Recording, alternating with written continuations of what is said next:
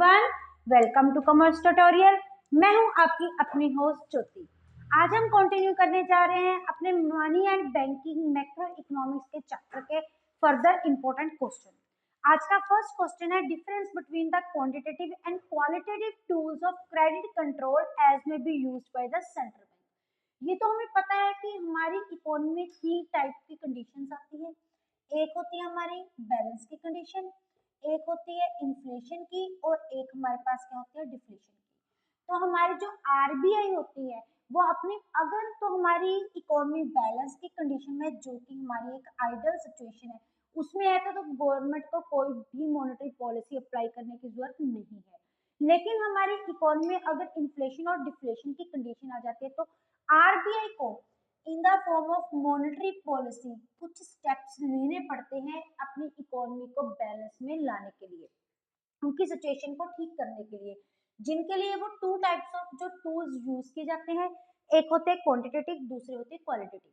हमारा क्वेश्चन है डिफरेंस, इन दोनों में क्या डिफरेंस है। हम देखते हैं इन दोनों में अगर हमें डिफरेंस आ जाता तो हमने कौन कौन से जो इसके इंपॉर्टेंट पॉइंट राइट डाउन करने हैं।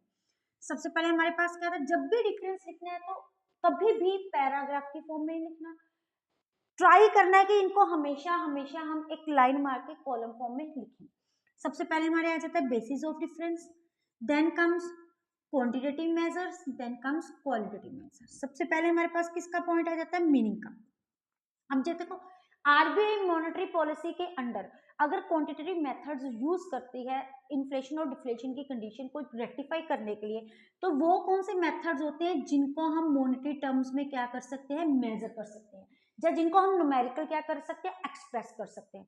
लेकिन जो क्वालिटेटिव मेथड्स होते हैं इनको हम मॉनेटरी और क्वालिटेटिव क्वांटिटेटिव या न्यूमेरिकल नॉर्म्स में एक्सप्रेस नहीं कर सकते, क्योंकि ये क्या होते हैं, क्वालिटी वाइज होते हैं।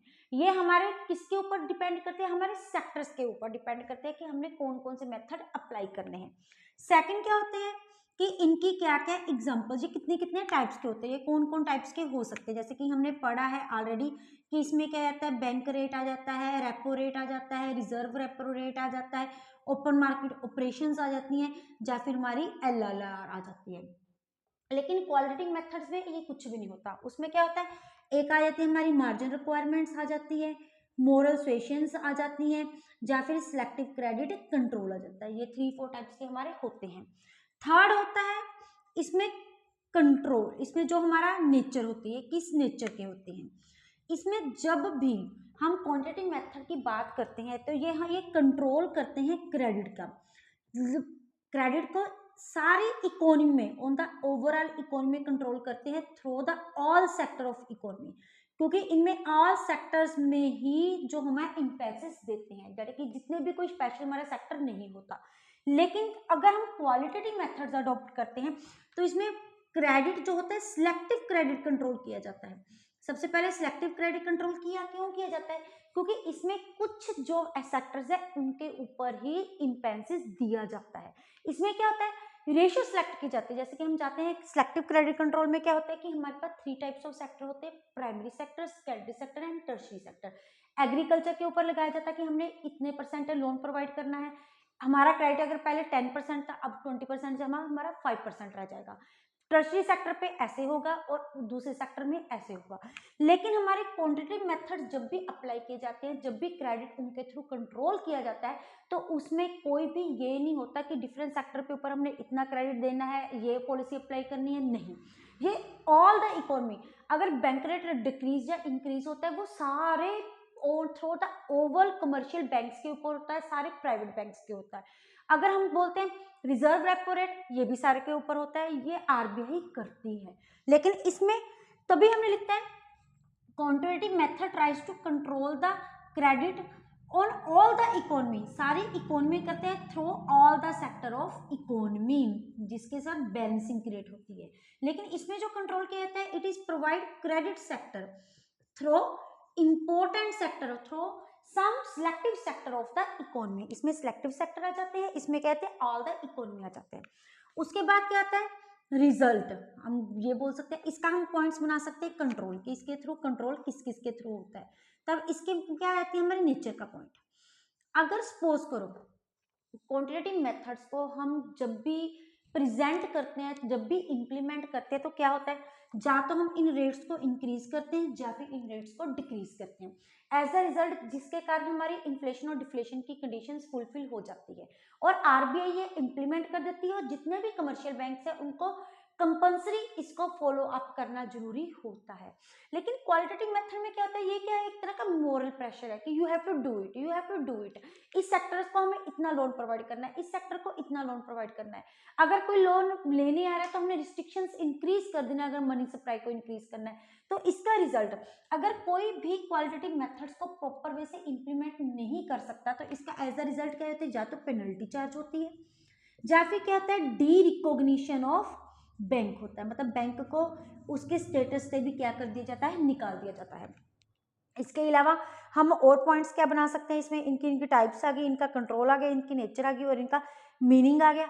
या फिर हम ये भी देख सकते हैं सेक्टर्स, जब भी क्वांटिटेटिव मेथड्स अप्लाई किया जाता है तो इम्पेंसिस जो भी कंट्रोल होता है वो ऑल सेक्टर्स के ऊपर होता है, लेकिन क्वालिटेटिव मेथड्स में क्या होता है, ऑल सेक्टर की बजाय किन सेक्टर में होता है, थ्रू द सिलेक्टिव सेक्टर्स में इनके हम इम्पेंसिस देते हैं। ये तो हमें पता ही है, क्वालिटेटिव वो होते हैं, क्वांटिटेटिव जिनको हम बैंक रेट वगैरह होते हैं, इनमें ये टाइप्स होते हैं। ठीक है, ये हमारे फर्स्ट क्वेश्चन, इनके हमारे कितने पॉइंट्स बन जा रहे हैं, 5 points are there, that is difference between quantitative and qualitative method. अब उसके बाद नेक्स्ट हमारा क्या है, difference between narrow money and broad money. ये नैरो मनी और ब्रॉड मनी क्या होता है, ये तो हमने मनी के चैप्टर में देखा था कि हमारे मनी में 4 टाइप्स ऑफ कंपोनेंट्स होते हैं, M1, M2, M3 and M4, जिनमें M1 जो M2 होते हैं इनको हम कौन सी मनी बोलते हैं, नैरो मनी बोलते हैं, और M3 और M4 को हम क्या बोल देते हैं, ब्रॉड मनी बोल देते हैं। क्योंकि जो ये M1 और M2 होते हैं ये सारे किस फॉर्म में होते हैं, क्वाइंस या करेंसी की फॉर्म में होते हैं। ये जो हमारा टॉपिक है ये डायरेक्ट हमारे सिलेबस में नहीं है, लेकिन अगर पीछे हम पावर बूस्टर जो पॉइंट्स होते हैं उनमें इनको मेंशन किया होता है और कई बार इनमें से क्वेश्चन आ भी जाता है। लेकिन ब्रॉड मनी में क्या होता है, इनमें ये चीजें तो सारी इंक्लूड होती हैं, प्लस इनके अलावा और भी एसिड्स प्रोवाइड किए होते हैं, और भी एसिड्स होते हैं जितने भी होते हैं जो कि लिक्विड होते हैं, जिनको हम इजीली कैश में कन्वर्ट कर, हर टाइप ऑफ इसमें हो जाते हैं, और इनको हम लिक्विड एसिड्स मानते, लेस लिक्विड एसिड्स मानते हैं, और इनको हम क्या बोलते हैं, मोर, ये प्रोवाइड मोर लिक्विडिटी प्रोवाइड करते हैं। अगर हम इनका डिफरेंस देखें तो इनका डिफरेंस क्या होगा, ये हमारा फर्स्ट क्वेश्चन है। Then we moving towards our second question. सबसे पहले ये फिर से डिफरेंस का पॉइंट आ गया, तो इनको हम फिर से लाइन लगा के करेंगे। सबसे पहले हमारा क्या आ जाए, basic of difference, then comes narrow money, उसके बाद हमारी क्या जाती है, broad money, then comes broad money. First point हमारा सेम आ जाता है मीनिंग का, कि इसका मीनिंग क्या होता है। नैरो मनी में क्या आती है, सिर्फ हमारी आ जाते हैं, एक कॉइन्स आ जाते हैं, एक हमारी करेंसी आ जाते हैं, या फिर कुछ लिक्विड एसिड्स आ जाते हैं जिनमें क्या आती है, हमारी डिमांड डिपॉजिट। लेकिन ब्रॉड मनी में हमारा ये तो सारा कुछ इन्वॉल्व होता ही होता है, प्लस और भी बहुत सारी मनी होती है जो कि कैश की फॉर्म में नहीं होती, जो आजकल के बिजनेसमैन और नॉर्मल जो बिजनेसमैन बोल सकते हैं, कंपनीज बोलते हैं, वो सारे यूज करते हैं। इसमें और क्या जाता है, हमारी नेट बैंकिंग भी आ जाती है, इसमें गूगल पे भी आ जाता है, इसमें सारे क्रेडिट कार्ड जितनी भी हमारे होते हैं सारे एस्पेक्ट इंक्लूड होते हैं। सेकंड, इनकी नेचर जो होती है, इसको हम क्या बोलते हैं, ये प्रोवाइड लेस लिक्विडिटी, ये थोड़ी सी कम लिक्विडिटी प्रोवाइड करते हैं, क्योंकि ऑलरेडी क्या होते हैं, कैश की फॉर्म में होती है, कैश हो गया वो ऑलरेडी कैश की फॉर्म में है, हमारे कॉइन्स है वो भी कैश की फॉर्म में है, डिमांड डिपॉजिट वो चेकेबल डिपॉजिट हो जाते हैं, वो भी ऑलरेडी हमारे किस फॉर्म में होते हैं, कैश फॉर्म में होते हैं। लेकिन ये प्रोवाइड मोर लिक्विडिटी, क्योंकि ये क्या होते हैं, नियर हमारे लिक्विड एसिड्स होते हैं जिनको हम इजिली कैश की फॉर्म में कन्वर्ट कर सकते हैं। नेक्स्ट हमारा पॉइंट्स क्या आता है, टाइप्स में क्या आता है, इनमें क्या होता है, M1 और M2 इन्वॉल्व होता है, लेकिन ब्रॉड मनी में हमारा क्या आता है, M3 and M4, most probably यही सारा कुछ इसमें इन्वॉल्व होता है। कंसेप्ट ये हमारा थोड़ा सा कौन सा है, नैरो कंसेप्ट है, हमें नाम से क्लियर होता है वो नैरो, और वो हमारा कौन सा कंसेप्ट है, थोड़ा सा ब्रॉड कंसेप्ट है। अगर आप इन दोनों क्वेश्चंस का स्क्रीनशॉट लेना चाहते हैं तो आप ले सकते हैं। थर्ड हमारा क्वेश्चन है, define the high powered money. ये हाई पावर्ड मनी होती क्या है, ये इसका मीनिंग क्या होता है और इसमें क्या क्या इंक्लूड होता है।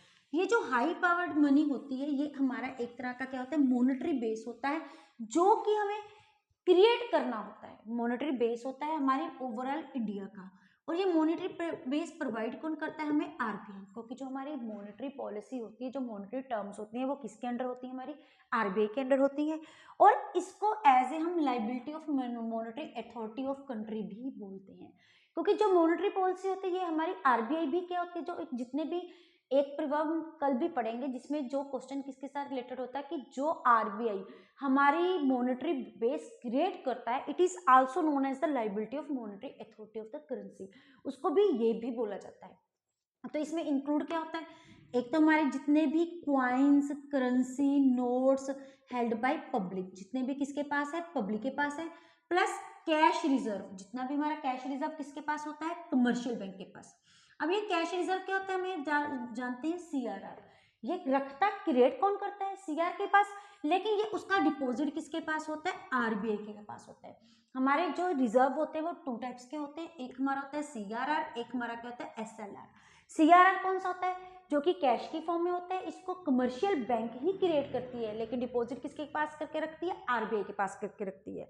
जो एसएलआर होता है, जो क्रिएट भी कौन करती है? कमर्शियल बैंक करती है, और उसको रखती भी कौन पास अपने पास रिजर्व करके रखती है? कमर्शियल बैंक ही करती है। लेकिन अगर इसमें देखें तो मेनली ये दो चीजें आती हैं, that is coins, currency, notes by the public, जो पब्लिक के पास होते हैं डायरेक्ट कैश की फॉर्म में, और हमारे जो कैश रिजर्व जो आरबीआई कमर्शियल बैंक क्रिएट करता है, दैट इज विद आरबीआई। तो फिर हाई पावर्ड मनी में एक हमारा क्या होता है? कॉइन्स आ जाते हैं, जिसपे करेंसी नोट्स आ जाते हैं, और कैश रिजर्व आता है which is maintained by the commercial bank. This is knowns to be the high powered money. उसके अलावा अगर हमें लिखना हो, ये क्या होती है? कि मॉनेटरी बेस होती है, जो कौन पर क्रिएट करता है? आरबीआई करता है, as it is knowns to be the liability of monetary authority of our country. Next question हमारा क्या है? Difference between commercial bank and central bank. Commercial bank और सेंट्रल बैंक में क्या डिफरेंस है? अगर आप इसका स्क्रीनशॉट लेना चाहते हैं तो ले सकते हैं।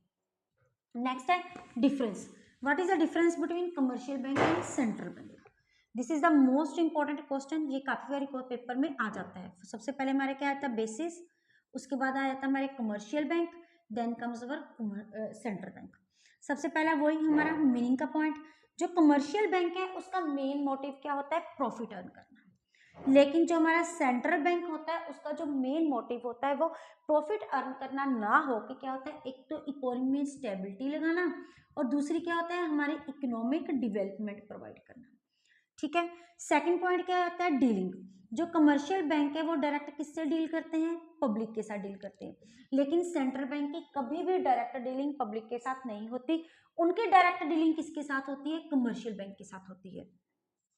थर्ड हमारा क्या होता है कि हम we can say economic development. जो सेंट्रल बैंक का होता है डायरेक्ट रोल होता है in creating the economic development, लेकिन जो कमर्शियल बैंक होता है इसका डायरेक्ट रोल नहीं होता, लेकिन it plays a role in the economic development, not directly but indirectly. Then comes और हम क्या बोलते हैं? स्टेबिलिटी। जो सेंट्रल बैंक है वो डायरेक्ट क्या करती है? हमारा इकोनॉमिक को स्टेबिलिटी लेने के लिए करती है, जिसके लिए वो एक पॉलिसी बनाती है जिसको क्या बोलते हैं हम? Monetary policy. लेकिन कुछ भी कमर्शियल बैंक ये डायरेक्ट ऐसे मेजर अप्लाई नहीं कर सकती, क्योंकि इट हैज सिर्फ अथॉरिटी है किसके पास होती है? सेंट्रल बैंक के पास होती है, लेकिन ये हेल्प करती है आरबीआई के साथ to compete the situation of inflation and deflation with the help of credit creation. जो हमारा क्रेडिट क्रिएशन होता है वो इसी पे डिपेंड किया जाता है कि हमने कितने परसेंट इंक्रीज करना है। अगर मनी सप्लाई को इंक्रीज करना है तो क्रेडिट क्रिएशन उतना ही इंक्रीज कर दिया जाता है। वो कौन डिसाइड करता है? सारा कुछ आरबीआई। तो डायरेक्ट रोल पर प्ले करता है हमारा सेंट्रल बैंक, मेन डिसीजन वो लेता है, लेकिन उसको इंप्लीमेंट करने के लिए कमर्शियल बैंक हेल्प करता है with the help of credit creation. उसके बाद क्या आता है? Note issuing authority. Central bank के पास ये अथॉरिटी होती है वो कि नोट इशू कर सकता है, except 1 rupee note and coins of all dimensions, लेकिन ऐसी कोई भी अथॉरिटी कमर्शियल बैंक के पास नहीं होती। उसके बाद लोन एंड एडवांसेस का एक हम पॉइंट बना सकते हैं। इसका हम ये कर सकते हैं कि commercial bank direct loan and advances किसको प्रोवाइड करता है? पब्लिक को, लेकिन जो सेंट्रल बैंक है ये किसको प्रोवाइड करता है? अपने कमर्शियल बैंक को। एक फॉरेन एक्सचेंज रिजर्व पे भी बन सकता है कि कमर्शियल बैंक कोई भी अपने पास फॉरेन एक्सचेंज रिजर्व नहीं रखता, लेकिन जो सेंट्रल बैंक है वो अपने पास फॉरेन एक्सचेंज रिजर्व क्रिएट करके रखता है, because as we know RBI is the custodian of foreign exchange reserve in our India. ये था हमारा कमर्शियल बैंक और सेंट्रल बैंक का डिफरेंस। अगर आप इसका स्क्रीनशॉट लेना चाहते हैं तो ले सकते हैं। नेक्स्ट हमारा क्वेश्चन है, what rule do commercial bank play in the credit creation. जो कमर्शियल बैंक है वो क्रेडिट क्रिएशन में क्या रूल अप्लाई करता है। ये कल के लेक्चर में, कल के हमने क्वेश्चन आंसर में 2-3 मार्क्स के क्वेश्चन में इसको हमने शॉर्ट नोट्स में देखा था, लेकिन अब इसको क्या किया है, with the help of example, numerical example की हेल्प से हमने इसको सॉर्ट आउट करना है। सबसे पहले तो ये देखो कि जो कमर्शियल बैंक है वो क्रेडिट क्रिएशन में yes it plays a very important role. हमने 2-3 पॉइंट्स में देखा था, वो कैसे था, जो कमर्शियल बैंक है वो क्या करती है, लोन प्रोवाइड करती है, किसको, पब्लिक को प्रोवाइड करती है। जो पब्लिक को लोन प्रोवाइड किया जाता है वो किस पर्पस के लिए यूज किया जाता है, प्रोडक्टिव पर्पस के लिए यूज किया जाता है, जिसके कारण हमारी कंजम्पशन इंक्रीज, इन्वेस्टमेंट इंक्रीज होती है, एग्रीगेट डिमांड इंक्रीज होती है, जिसके कारण हमारी फर्दर जो हमारी है डिमांड इंक्रीज होती है, जिसके कारण हमारी इकोनॉमिक ग्रोथ होती है और जीडीपी इंक्रीमेंट होती है। इस वजह से ये फर्स्ट पॉइंट ये हो गया। सेकंड हो गया, it plays the role in economic development. Third, it also help in the help of credit creation की हेल्प से ये बहुत इंपॉर्टेंट रोल प्ले करता है। कौन सा रोल प्ले करता है कि ये हेल्प करता है to increase and to create the loan with the help of credit creation which depends upon primary deposit. अगर कोई भी कस्टमर फर्स्ट टाइम अपना पैसे, प्राइमरी डिपॉजिट क्या होता है, जो फर्स्ट टाइम कोई भी पर्सन बैंक में जाके अपने पैसे इनिशियली डिपॉजिट करता है, तो इसमें क्या बोलता है, जो कमर्शियल बैंक है कुछ पैसा अपने सीआरआर की फॉर्म में सेंट्रल बैंक के पास रखता है, कुछ एसएलआर की फॉर्म में अपने पास रख के बाकी सारा पैसा किसकी फॉर्म में प्रोवाइड करता है, लोन की फॉर्म में प्रोवाइड करता है। ये फर्दर एक का एक्सपेंडिचर दूसरे की इनकम बन जाता है, फर्दर जाता जाता जाता कितने नंबर ऑफ टाइम्स ये लोन क्रिएट करने में, क्रेडिट क्रिएट करने में हेल्प करता है, जिसके कारण मनी सप्लाई इकोनॉमी इंक्रीज और डिक्रीज होती है। अगर हमें इसको राइट डाउन करना हो तो हम इसको कैसे करेंगे, commercial bank play important role in credit creation with the help of primary deposit. These are the deposit which are deposit first time by a customer in a bank. Central bank cannot provide the whole amount of the loan to the further customer. It has to maintain some balance as a form of CRR with RBI and some with self in the form of SLR. Remaining amount is provided as a loan to the public. This public and one person deposit that one amount once again in the bank, वो आगे bank में deposit करते हैं। Further इस loan this process continue at the point in which number of times has been credit created by the commercial bank। अब इसकी example देते हैं तो हम क्या करेंगे, ये जो CRR है क्रेडिट क्रिएशन है, ये किस पे डिपेंड करता है, डायरेक्ट मल्टीप्लायर पे डिपेंड करता है। अब हम नेक्स्ट एक एग्जांपल लेंगे। हमारा मल्टीप्लायर का फार्मूला क्या होता है, 1/CRR। CRR और मल्टीप्लायर में हमारा कौन सा रिलेशनशिप होता है, इनवर्स रिलेशनशिप होता है। जितना भी अगर CRR की परसेंटेज ज्यादा है तो हमारा मल्टीप्लायर क्या होगा, कम होगा। ऑन द अदर हैंड अगर CRR की वैल्यू कम होगी तो हमारा मल्टीप्लायर क्या होता है, ज्यादा होता है। यही हम बताएंगे। उसके बाद सपोज करो एक पर्सन ने, एक छोटी सी एग्जांपल लेते हैं, एक पर्सन ने 1000 रुपीज क्या कराया, डिपॉजिट कराया बैंक में, और हमारी CRR रेशो कितनी है, 10% है। तो इस केस में मल्टीप्लायर हमारा कितना हो गया, 1/10 × 100 मीन्स ये जो है क्रेडिट क्रिएशन का फॉर्मूला क्या होता है, K into primary deposit. Primary deposit means to be the initial deposit. Multiplier हमारा कितना है, 10 × 1000। ये कितने टाइम्स हमारा पैसा इंक्रीज हो जाएगा, 10 टाइम इंक्रीज होकर किसमें इक्वल आ जाएगा, हमारे 10,000 के इक्वल आ जाएगा। फिर उसके बाद हमने एक छोटा सा अगर आपको याद हो तो एक हमने टेबल की हेल्प से इसकी वर्किंग शो की हुई है, जिसमें सबसे पहले क्या आते हैं हमारे राउंड्स, उसके बाद हमारा आया था primary deposit, then comes loan, उसके बाद आए थे हमारी CRR। हमारी कितनी CRR रिजर्व कितनी है, फर्स्ट राउंड में 1000 रुपीज बैंक के पास गया, 1000 में 100 रुपीज किस में आ गए, CRR में, और 900 क्या प्रोवाइड कर दिया गया, लोन।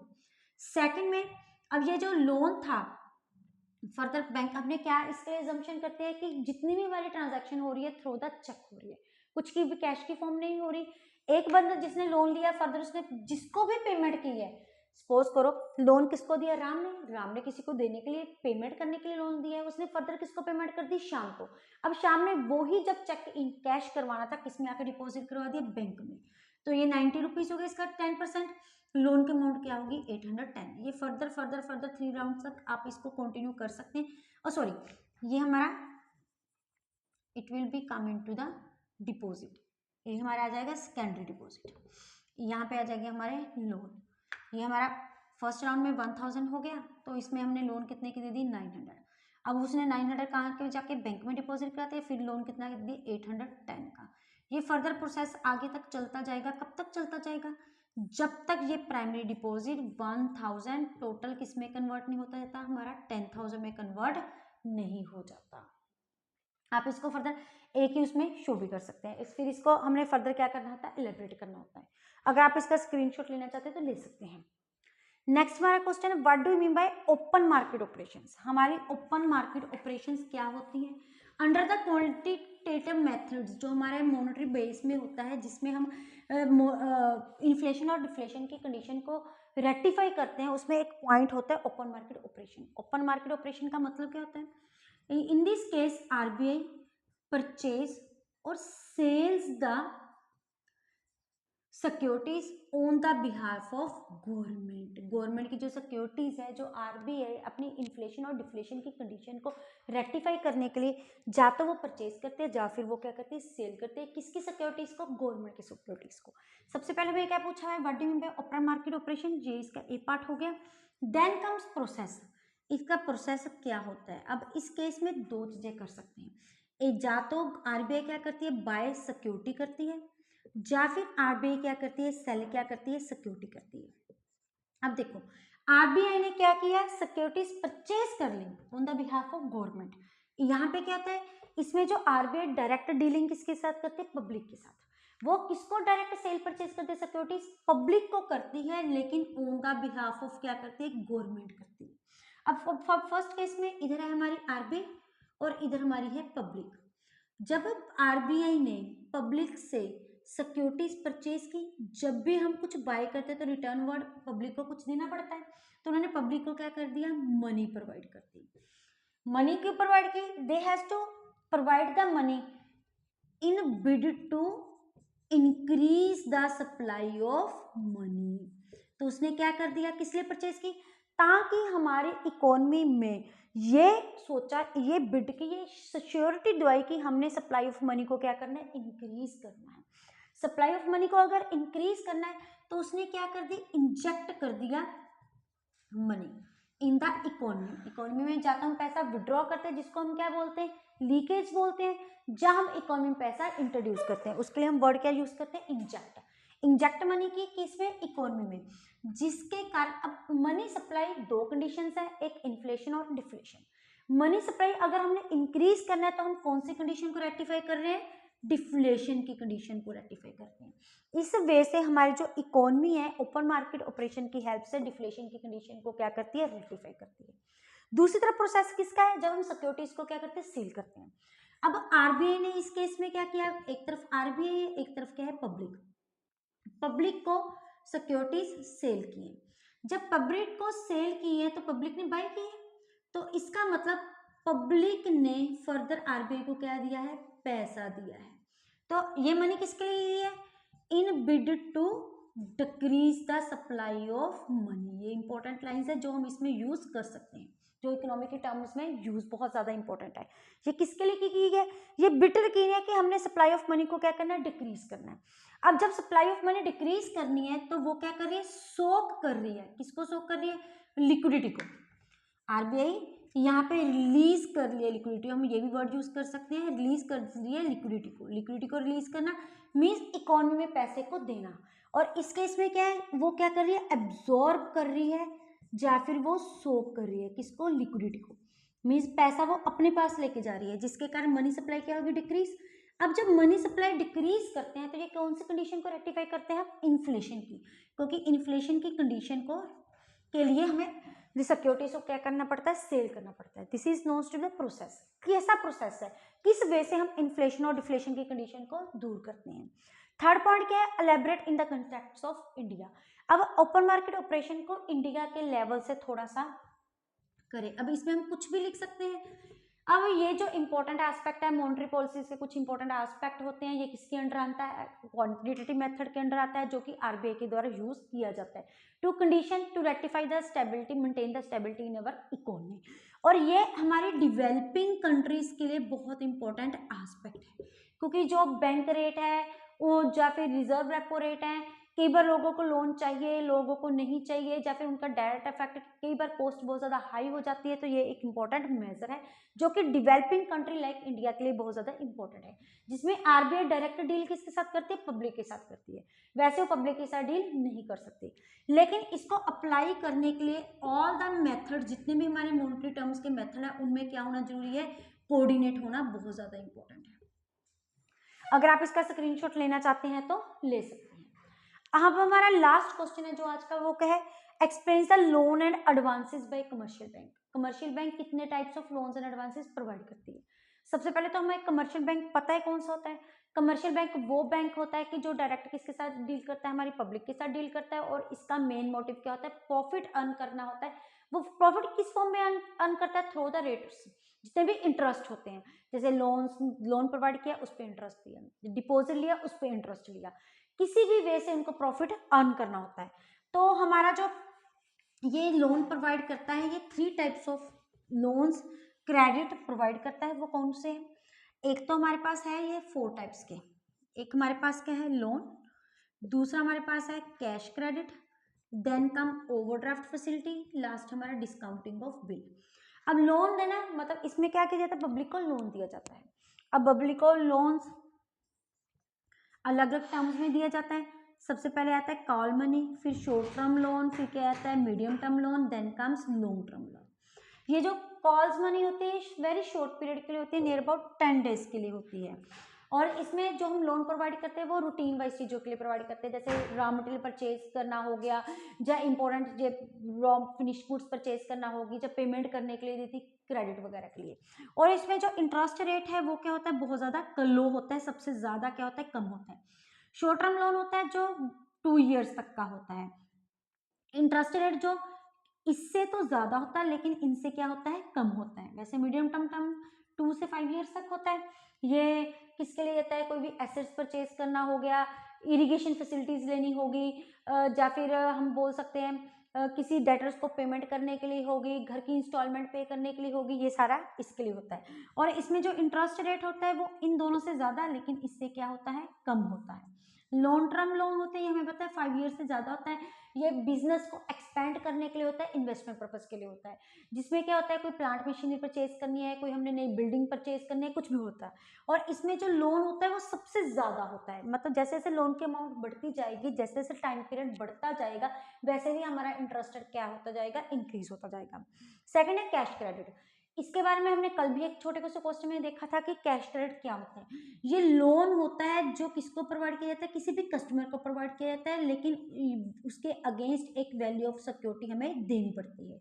और इसके लिए गवर्नमेंट क्या कर देती है, एक लिमिट फिक्स कर देती है कि इतनी अमाउंट का आप लोन कंपनी से ले सकते हैं, बैंक से ले सकते हैं। लेकिन अगर हमने लोन लेना है, वो लोन की अमाउंट किस पे डिपेंड करती है, एक तो वैल्यू ऑफ सिक्योरिटी और जितना हम लोन लेना चाहते हैं।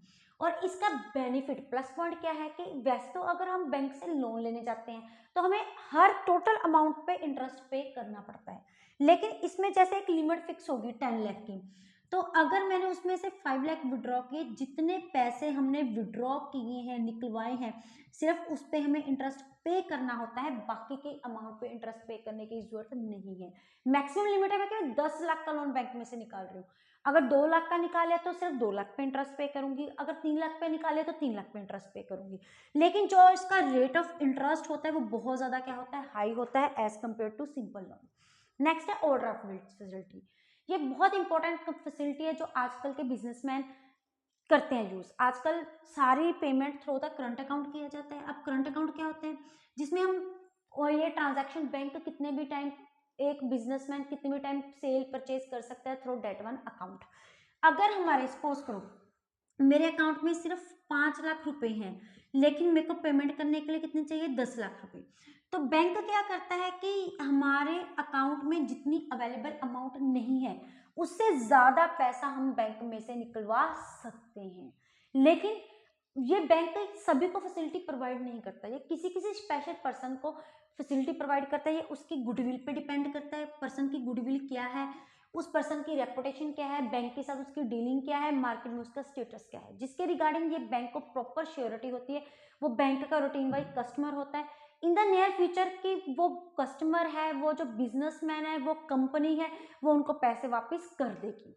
ये हर किसी को प्रोवाइड नहीं किया जाता। डिस्काउंटिंग ऑफ बिल ये किसके आ जाता है, हमारे अंडर द नेगोशिएबल इंस्ट्रूमेंट और प्रोमिसरी नोट में खोला जाता है, जिसमें अगर किसी से मैंने परचेज किया है या किसी को मैंने सेल किया है, उसके रिगार्डिंग मेरे को क्या मिल गया, बिल रिसीवेबल। एक बिल रिसीवेबल एक टाइप का डॉक्यूमेंट होता है जिसमें ये लिखा होता है कि जो आज मैंने आपको सामान सेल किया है, लेकिन इसकी पेमेंट मेरे को 3 महीने बाद की जाएगी, लेकिन पैसे मेरे को इमीडिएटली ऑन द स्पॉट चाहिए।